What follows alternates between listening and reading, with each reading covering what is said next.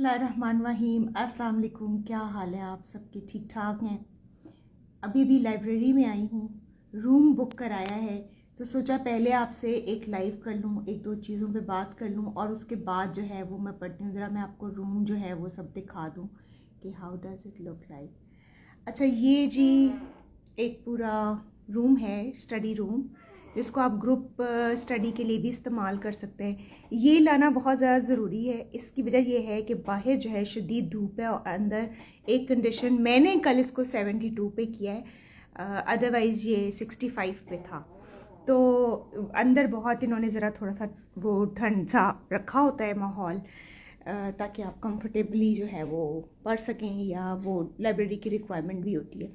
तो ये इसकी एक विंडो है, तो आई थॉट कि मैं यहाँ बैठ के काम करूँगी। ये मेरे नोट्स हैं, ये मेरा लैपटॉप है और ये मैं कॉफ़ी अभी लेकर आई हूँ और अब मैं यहाँ बैठ के थोड़ी काम करने लगी हूँ। लेकिन उससे पहले ना एक दो चीज़ों के ऊपर मैंने बात करनी थी, वो मैंने कहा मैं आपसे डिस्कस कर लूँ, तो फिर आगे चलते हैं।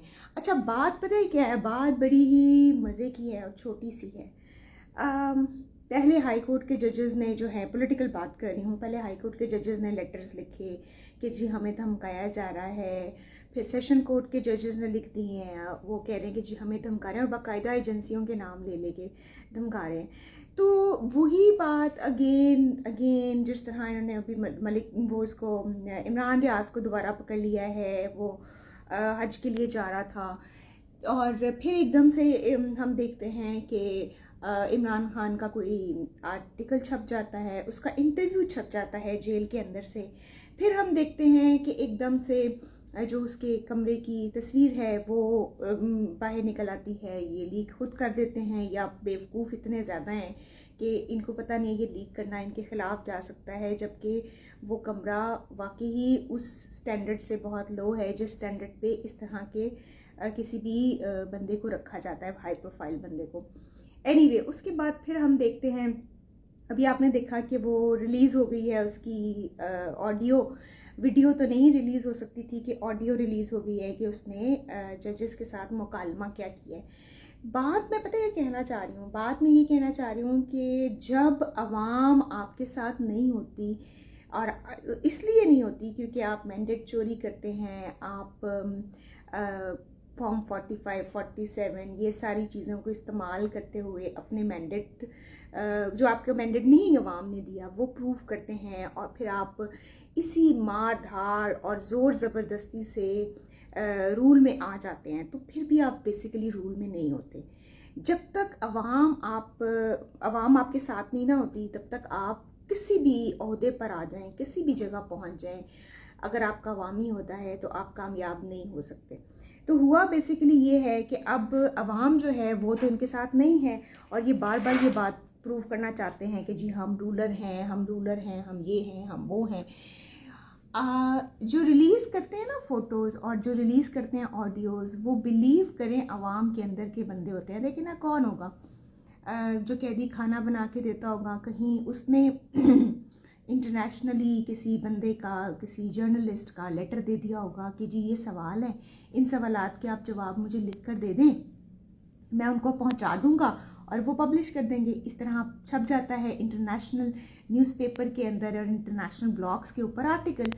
फिर कोई इसी तरीके से वेलविशर जिसको आप कहते हैं, जो ताकतवर तो हो सकता है, इतना ना हो, लेकिन उसकी रसाई हो, तो वो उसकी रसाई चूँकि होती है, उस रसाई की बुनियाद पर वो तस्वीर खींच लेते हैं, वो ऑडियो अपने मोबाइल फ़ोन में रिकॉर्ड करके बाहर भेज देते हैं। तो बात ये है कि आप हारे हुए हैं हर लिहाज से, और फिर भी आप बाजिद हैं कि आपने हुक्मरानी की जान नहीं छोड़नी है।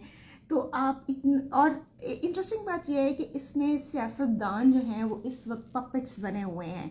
सियासतदानों का कोई वो रोल नहीं है, लेकिन वो किस मुंह से कहें इनको कि आप ये जुल्म और जबर ना करें, वो किस मुंह से कहें, क्योंकि उनको जिताने वाले तो यही हैं। इन्होंने ही तो रद्दोबदल करके उनको वोट की स्ट्रेंथ पहुंचाने की कोशिश की है, जो कि उनकी फॉल्टी स्ट्रेंथ है, जो असल में उनको वोट नहीं पड़े वो वाले।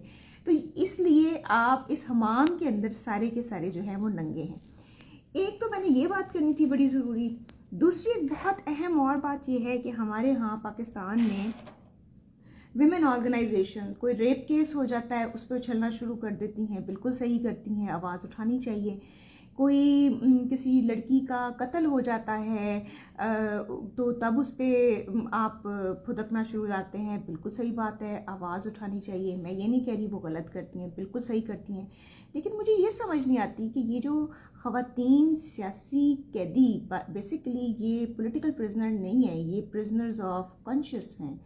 तो ऐसे जो कैदी हैं, जो ख़वातीन हैं, उसके बारे में ख़वातीन की जितनी भी ऑर्गेनाइजेशंस हैं वो आवाज़ ही नहीं उठा रही हैं।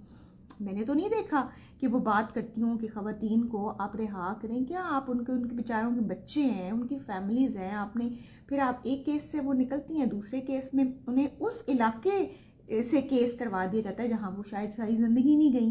तो मतलब ये आलिया हमज़ा के साथ और ये जो सनम जावेद के साथ ये सारा कुछ हो रहा है, यास्मीन राशिद, ये मतलब एक लंबी आपके पास एक लिस्ट है, ये आप किस बुनियाद पे करें? और ख़वातीन के मौजू पर कोई बोल ही नहीं रहा।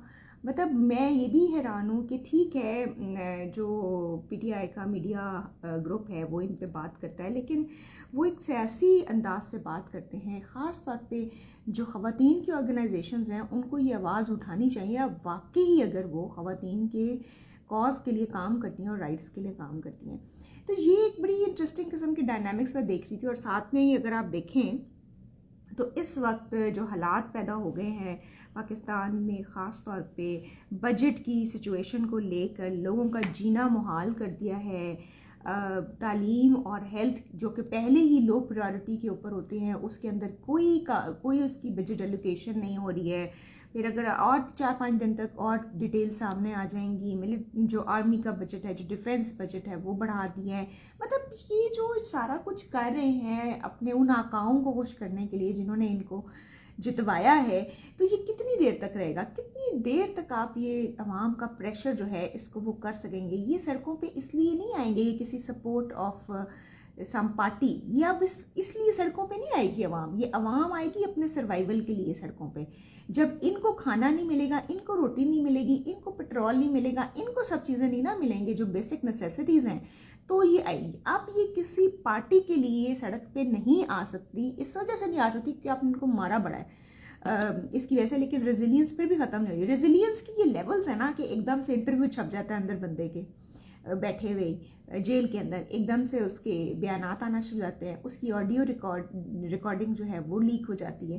तो ये रेजिलियंस है जो कहीं ना कहीं छोटे छोटे चीज़ों से आपको नज़र आती रहती है। ये तभी हो सकती है जब पूरा सिस्टम आपके ख़िलाफ़ हो जाए लेकिन अवाम आपके हक़ में हो, तो फिर अवाम की ताकत को आप उस तरीके से आजमा नहीं सकते।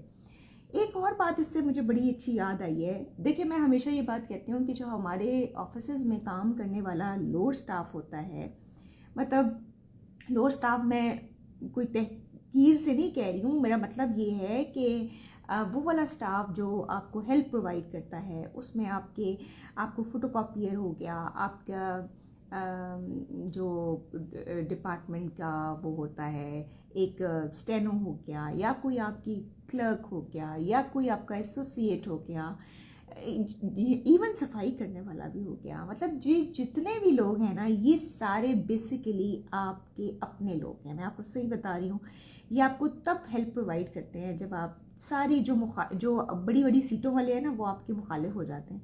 तो ये आपकी स्ट्रेंथ है अगर आप महसूस करें। और ये स्ट्रेंथ आपसे कुछ ज़्यादा डिमांड नहीं करती, ये सिर्फ स्ट्रेंथ आपसे रिस्पेक्ट डिमांड करती है, ह्यूमैनिटेरियन होना डिमांड करती है। और यही वो बातें हैं जिसकी वजह से आप किसी भी ऑर्गेनाइजेशन में, आप चाहे कितना पैड़ा आप पे वक्त आया हो, लेकिन आपको अंदर की खबरें मिलती रहती हैं, इन लोगों की वजह से मिलती रहती हैं। तो ये जो हमारा निचला तबका है, इसको जितना आप पावरलेस समझते हैं, ये उतना पावरलेस है नहीं। बेसिकली ये आपकी वो हिडन पावर है जो आपकी उस वक्त काम आती है जब कोई और बड़े ओहदों वाले लोग भी काम नहीं आ सकते हैं। So this is a very important thing, be always polite with your lower staff, with the staff जो आपके मातहत है, उनके साथ प्यार से काम करें, उनके साथ एहतराम से रहें, और उनके अंदर एक ह्यूमैनिटेरियन जो टच है वो रखें। बट बाकी जो ऊपर वाला, बहुत ऊपर वाला तबका, वो तो जालिम भी बहुत है, उसको तो आप छोड़ ही देना, उसको तो मैं बिल्कुल ही कैटेगरी ऑफ ह्यूमन बीइंग से उनको निकाल देना चाहिए। अभी भी आप जो जुल्म और जो वो देख रहे हैं वो उसी तबके की वजह से हो रहा है। तो ये मैंने एक छोटी सी आपसे बात करनी थी। अब मैंने करना है काम बहुत ज़्यादा, क्योंकि बहुत सारी चीज़ें हैं जो मेरे टेबल पे पड़ी हुई हैं। और आज मैं यहाँ पर ये ना, आप रूम बुक करा सकते हैं 2 से ढाई घंटे तक, लेकिन ये एक्सटेंड हो जाता है, क्योंकि लाइब्रेरी का आजकल टाइम है सुबह 9 बजे से शायद या 8 बजे से शाम 5 बजे तक। तो मैंने उनको कहा है कि प्लीज़ मुझे 5 बजे तक का दे दें, क्योंकि मैं 5 बजे कहती हाँ हाँ हम 5 बजे तक का दे देते हैं। तो उन्होंने मुझे 5 बजे तक का जो है वो दे दिया है कमरा। तो अब मैं 5 बजे तक यहीं पर ही काम कर रही हूँ, और दुआ करें जिस काम के लिए मैं आई हूँ, जो काम मेरे दिमाग में चल रहा है वो काम हो जाए इंशाल्लाह। I want to wind up everything by 18th of this month, ताकि मैं ज़रा थोड़ा फ्री टाइम, मी टाइम जिसको कहते हैं ना, वो भी दूँ और अपने आप को भी थोड़ा टाइम दूँ, because I am unable to roam around and घूमने के वो जो है ना वो मैं नहीं करती रही। अब यहाँ से ना कुछ खास इतना नज़र नहीं आ रहा, मैं आपको क्या दिखाऊँ। This is just a small kind of, यहाँ पर गुजरने की जगह है और कोई नहीं है, क्योंकि मैं इस कमरे की उस साइड पे बैठी हूँ जहाँ पर उस तरीके से वो नहीं है। लेकिन ये यहाँ it's a very happening kind of library room, जहाँ बैठ के आपको बड़ा अच्छा लगता है और बड़ा आराम से काम शाम जो है वो कर सकते हैं। इस तरह का ये होता है, इसके इस कमरे में कोई नहीं आ सकता, मैं बंद करके कहीं भी जा सकती हूँ इसको।